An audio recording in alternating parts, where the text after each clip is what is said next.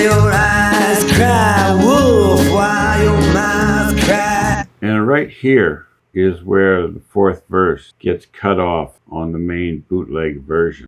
Good morning, and welcome to another episode of the Clarion Call Opinions and Reactions, and another in my series of Deciphering Dylan.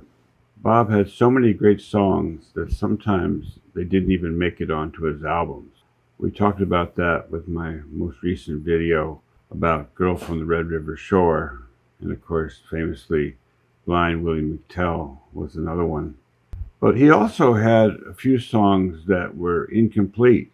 He worked on them, but they never quite finished them. And it was only later on, when they came out on bootleg, that people even knew they existed. An example of that is an outtake from Blonde on Blonde album in 1966 called She's Your Lover Now. It took 25 years before a version of that came out on bootleg. In fact, eventually 16 different versions were released on a bootleg. None of them were complete. The most complete version, which people are probably familiar with, only had about 3.5 verses. It didn't finish the fourth verse. That's the way things stood up until just this week.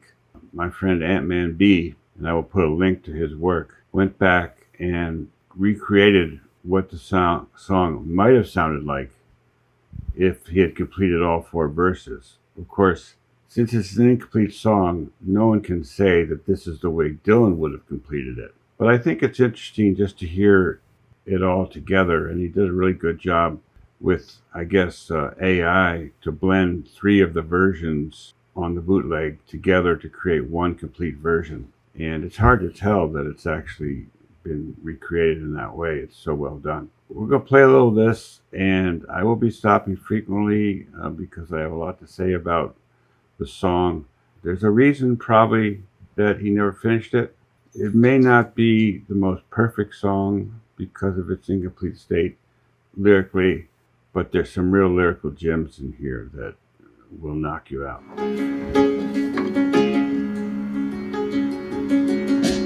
Your pawnbroken road, and also so did the landlord.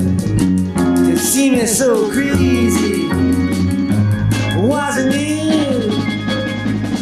Both were so glad to watch me destroy what I had. Pain sure brings out the best in people, doesn't it? So right away, that should sound familiar. Isn't it, doesn't it, wasn't it?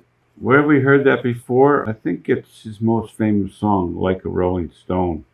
And in fact, the chord pattern of this song is identical to that famous song, which of course came out in the summer of '65.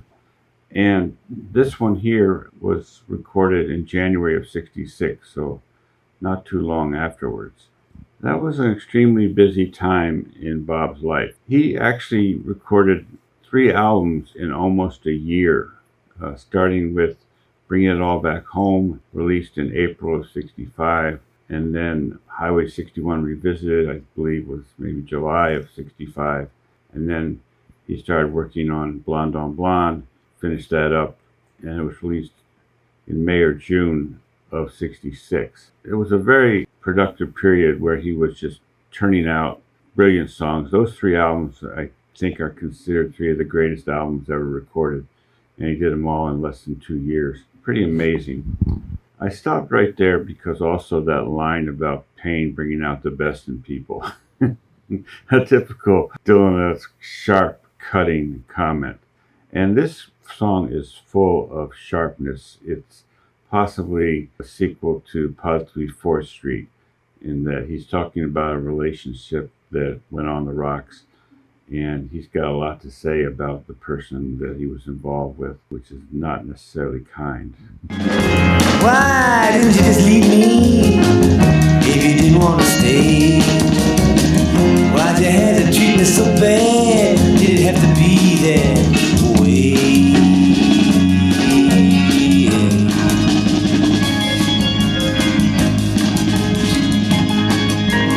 Now you stand here expecting me to remember something you forgot to say.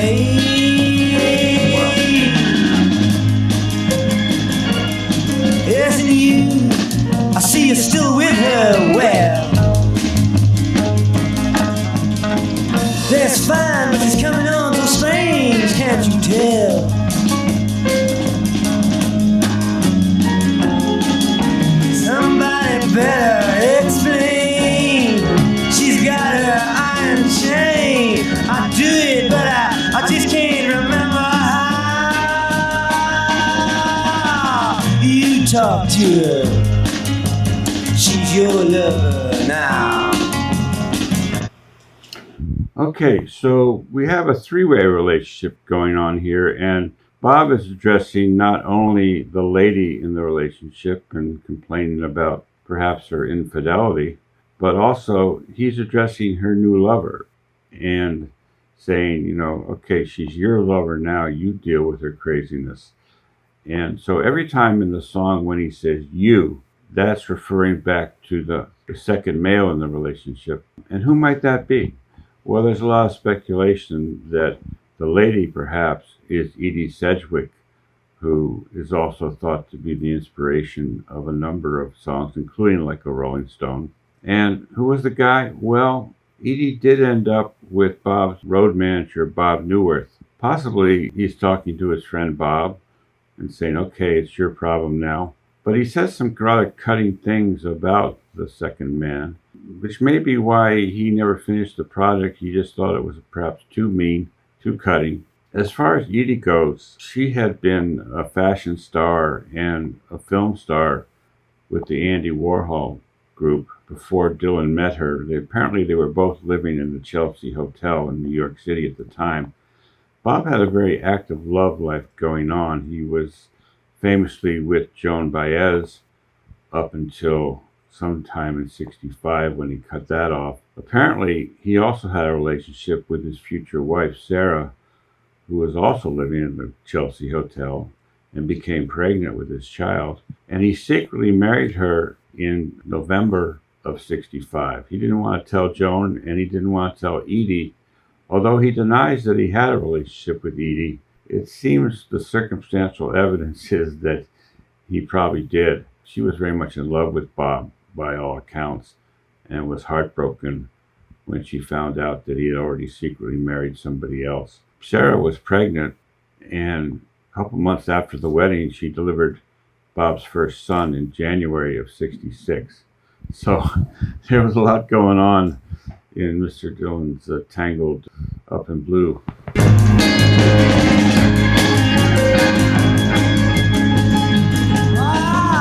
I already assumed they were in the family room, but I ain't the judge. You don't have to be nice to me. Will you please tell that to your friend in the cowboy hat? You know he keeps on saying everything twice to me. You know I was straight with you. You know I never tried to change you in any way. You know if you didn't want to be with me, that you didn't have to stay.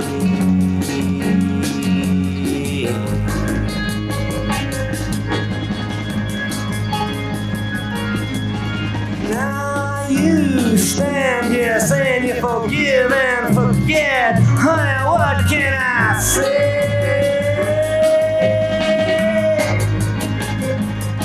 Yes, you just sit around and ask for ashtrays, can't you reach?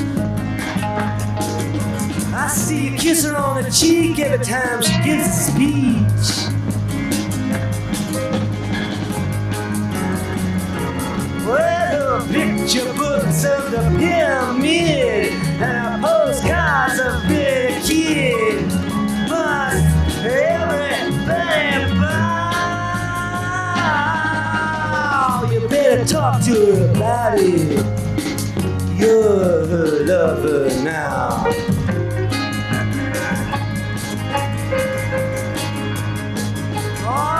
That is some remarkable singing there, so filled with emotion. This is something that Bob feels very, very strongly and deeply about, and he gives it all in this performance. And of course, there's great lyrics interspersed throughout. I loved in the first verse, I didn't mention it, the want me to remember something that you never said. So again, he's kind of rough on the male, saying, what's the matter with you? All you do is sit around and ask for an ashtray. You can't even reach it yourself. Pretty nasty stuff there, whoever the guy might be. Oh, everybody that cares is going up the castle stairs, but I'm not up in the castle, honey. It's true, I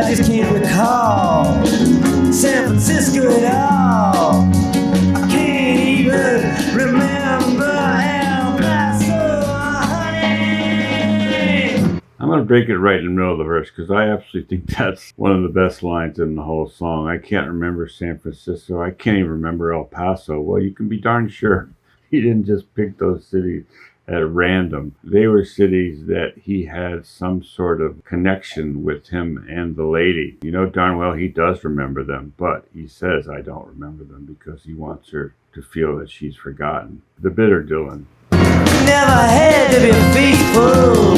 I never wanted you to grieve. Oh, why was it so hard for you? If you didn't want to be with me, just to leave.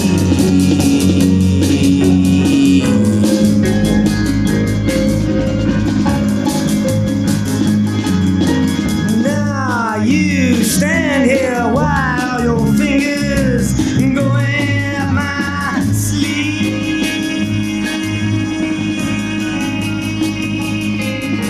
And you, just what you do anyway.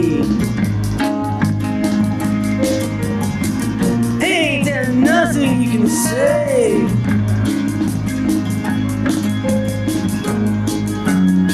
She'll be standing on a bar soon with a fish head and a harpoon and a fake beard resting on her brow. You better do something quick.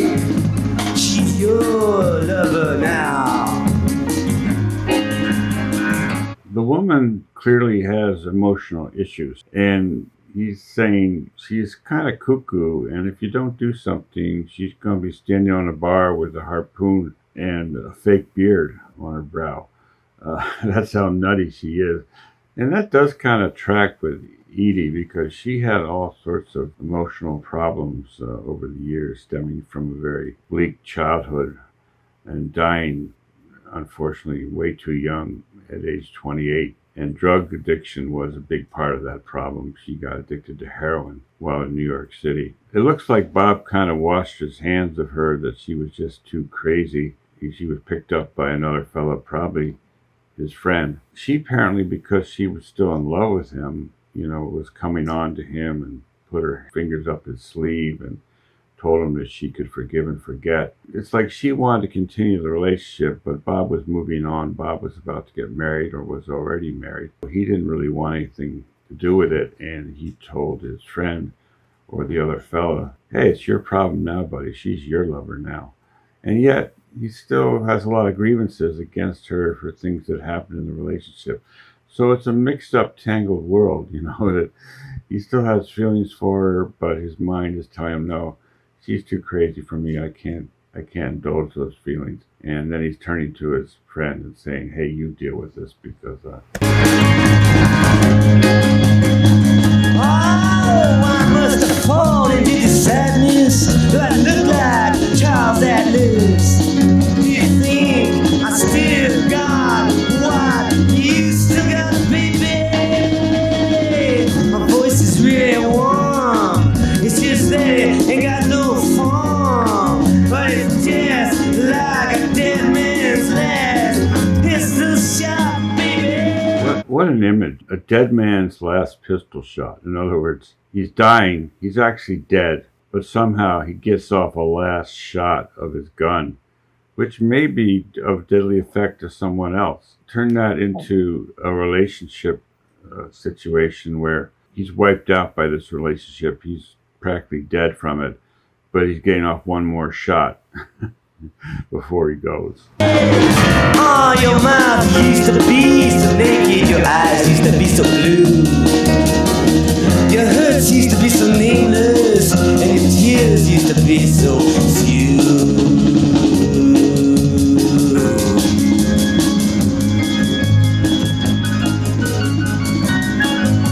Now your eyes cry wolf while your mouth cries. And right here is where the fourth verse gets cut off on the main bootleg version. But there was a full version that was recorded with just Bob and the piano. Most people are probably not familiar with from here onward with the rest of the song. I'm not scared of animals like you. And you, there's really nothing about about you I can recall.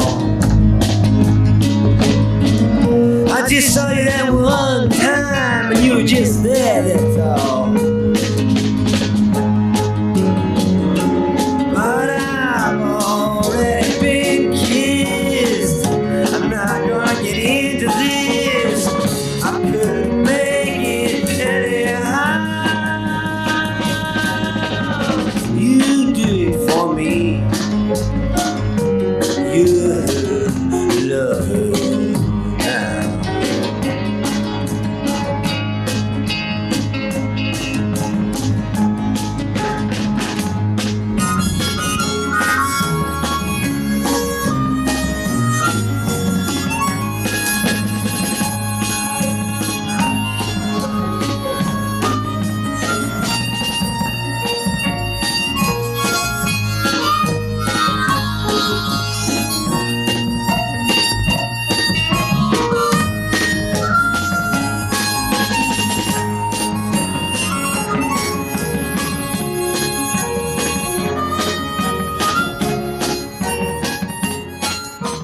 So if that harmonica solo sounds familiar, I believe he took that from Like a Rolling Stone and somehow modified it to fit in with this song. I know the Dylan purists are not going to like what's been done here. They're going to say that it's unfair to complete the song since Dylan never did and he never would have done it in this. And the reason he didn't release it was unfinished. There's a lot in this song.